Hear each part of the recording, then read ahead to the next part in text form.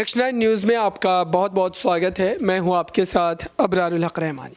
उत्तर प्रदेश की सियासत में अखिलेश यादव लगातार इस वक्त कई बड़ी रणनीतियों के साथ बीजेपी को पछाड़ने में लगे हुए हैं। दरअसल इस समय परिवार में एकजुटता बढ़ाने को लेकर जिस तरीके से शिवपाल यादव को बड़ी जिम्मेदारी सौंपी गई है, महासचिव उनको बनाया गया, लेकिन उसके बाद अब ये माना जा रहा है कि जिस तरीके का राजनीतिक सफ़र रहा है शिवपाल यादव का, क्या उन पर पूरी तरीके से भरोसा किया जा सकता है?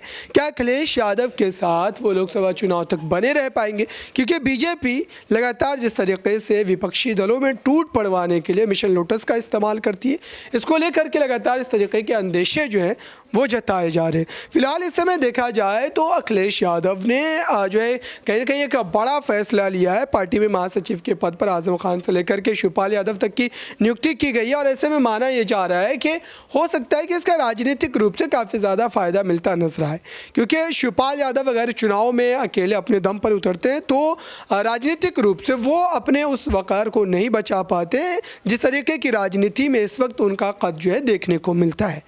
तो इन्हीं तमाम सवालों की जवाब को ढूंढने की कोशिश करेंगे। दरअसल इस समय उत्तर प्रदेश में नगर निकाय चुनाव से लेकर 2024 लोकसभा आम चुनाव को लेकर के भी तैयारियां जो है अखिलेश यादव के तरफ से जोरों पर हैं। वो लगातार प्रदेश के अलग अलग हिस्सों का दौरा कर रहे हैं और जनता के मिजाज को टटोलने की कोशिश भी की जा रही है।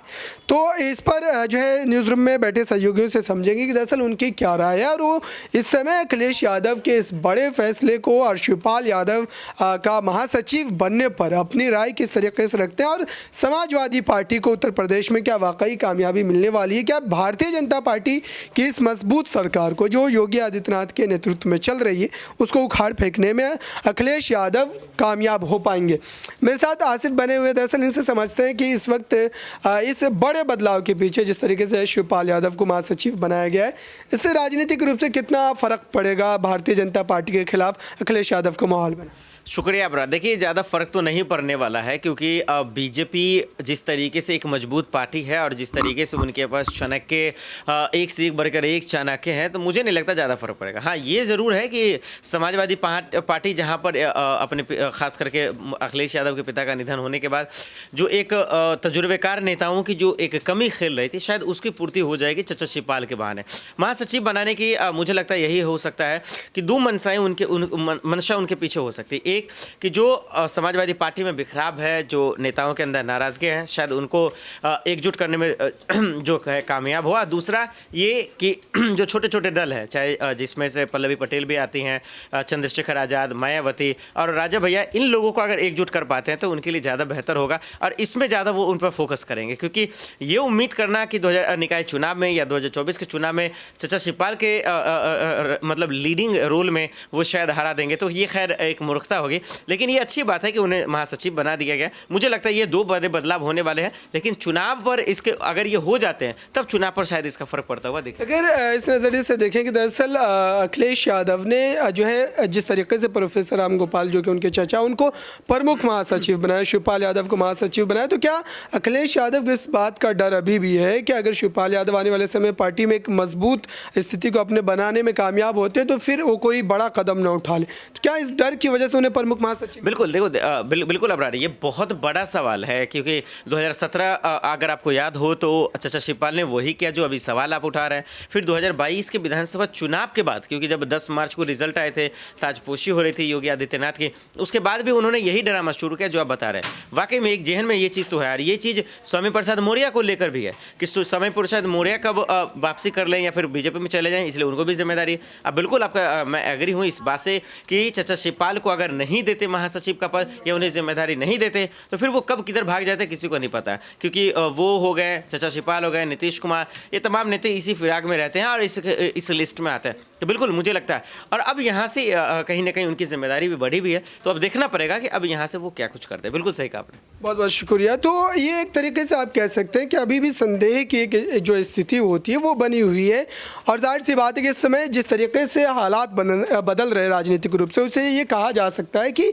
अखिलेश यादव कहीं ना कहीं जो है काफ़ी ज़्यादा सतर्कता बरत रहे हैं कि आने वाले भविष्य में अगर जिस तरीके से शिवपाल यादव का राजनीतिक सफ़र रहा है उसको लेकर के उनको भी एक संदेश ज़रूर ज़रूर है। ऐसे में अगर अभी देखा जाए इस बड़े बदलाव के बाद क्या समाजवादी पार्टी उत्तर प्रदेश में भारतीय जनता पार्टी के खिलाफ एक माहौल बनाने में सफल हो पाएगी, क्योंकि अभी भी एक मजबूत आप कह सकते हैं कि सरकार उत्तर प्रदेश में चल। देखिए, सबसे बड़ी बात अगर हम देखें इन दिनों जिस तरीके से चुनावों का वक्त चल रहा है, चाहे सत्ता पक्ष हो या विपक्ष हो, लेकिन हाँ, विपक्ष के पास एक बड़ा मुद्दा हो गया है गौतम अडानी का।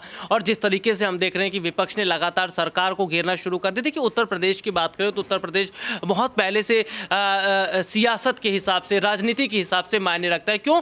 क्योंकि यहाँ से होकर ही दिल्ली का रास्ता जाता है। यही यहाँ को ही जीतने के लिए भाई आपने उत्तर प्रदेश की विधानसभा चुनाव में पूरी ताकत लगा दी। और मुझे ऐसा लग रहा है कि विपक्ष अगर उत्तर प्रदेश में मजबूत हो रहा है तो ये बीजेपी के लिए अच्छी बात नहीं। बहुत बहुत शुक्रिया। तो ये स्थिति है उत्तर प्रदेश की सियासत की। लगातार ये भी सारी खबरें आ रही है कि दरअसल आने वाले समय में पार्टी को छोड़कर या अखिलेश यादव के कई फैसलों से नाराज़ होकर के जो तमाम नेता शिवपाल यादव के साथ जो है चले गए थे जब शिवपाल यादव ने पार्टी से बगावत की थी, तो ये सारी चीज़ें अब भी कही जा रही है कि शिवपाल यादव जब आपके पार्टी में जो है वापसी कर चुके हैं, पार्टी के महासचिव बनाए जा चुके हैं, तो ऐसे में कहा जा रहा है कि हो सकता है कि अब जो है आने वाले समय में वो तमाम जो बागी नेता है वो फिर से एक बार वापसी करते नजर आएंगे, क्योंकि इन सारी चीज़ों की जिम्मेदारी खुद शिवपाल यादव को सौंपी गई है कि उनके साथ जो तमाम नेता गए थे या फिर आप कह सकते हैं कि जो ऐसे नेता अखिलेश यादव के फैसले से नाराज़ रहते हैं उनको फिर से एक बार पार्टी में उसे निष्ठा के साथ जोड़ा जा सके। मेरे साथ कशिश मौजूद है, इनसे भी सवाल लेते हैं। दरअसल इस समय जिस तरीके से राजनीतिक रूप से कई बड़े बदलाव उत्तर प्रदेश में देखने को मिले, अखिलेश यादव ने पार्टी में कई बड़े बदलाव किए हैं, तो ऐसे में क्या जो है आपके नज़रिए से क्या लग रहा है कि अखिलेश यादव क्या वाकई अपनी उस रणनीति में सफल हो पाएंगे जिस रणनीति के तहत लगातार वो कई तरीके के बदलाव कर रहे हैं? हालांकि उनके मर्जी के खिलाफ भी माना जा रहा है, क्योंकि अखिलेश यादव एक अलग तरीके की राजनीति करने के लिए जाने जाते हैं और खुद शिवपाल यादव जब उनके खिलाफ थे तो कई तरीके के बड़े खुलासे क्या करते थे। तो ऐसे में शिवपाल यादव का उनके साथ जाना किस तरीके से देख रहे हैं, राजनीतिक रूप से कितना ज़्यादा फायदा पहुँचा? देखिए, यहाँ पर शिवपाल सिंह यादव को भी कहीं ना कहीं अपने फ़ायदे की पड़ी है। उनको यह है कि मेरा भी भविष्य तय हो जाए और ख़ास करके उनके बेटे का।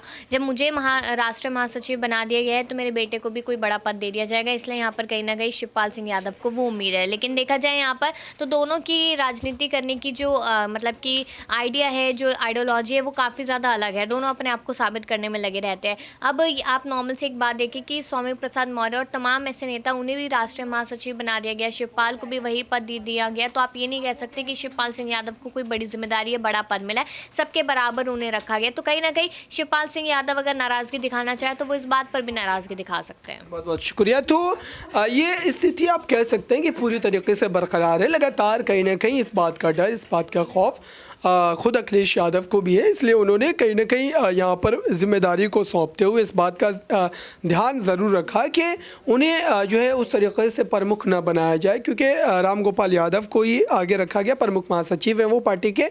और एक तरीके से आप कह सकते हैं कि राजनीतिक रूप से एक का जो है आप कह सकते हैं अखिलेश यादव ने बचाकर अभी भी रखा हुआ है। इस खास रिपोर्ट में बस इतना ही। देखते रहिए ताज़ा तरीन खबरों के लिए नेक्स्ट 9 न्यूज़ को। धन्यवाद।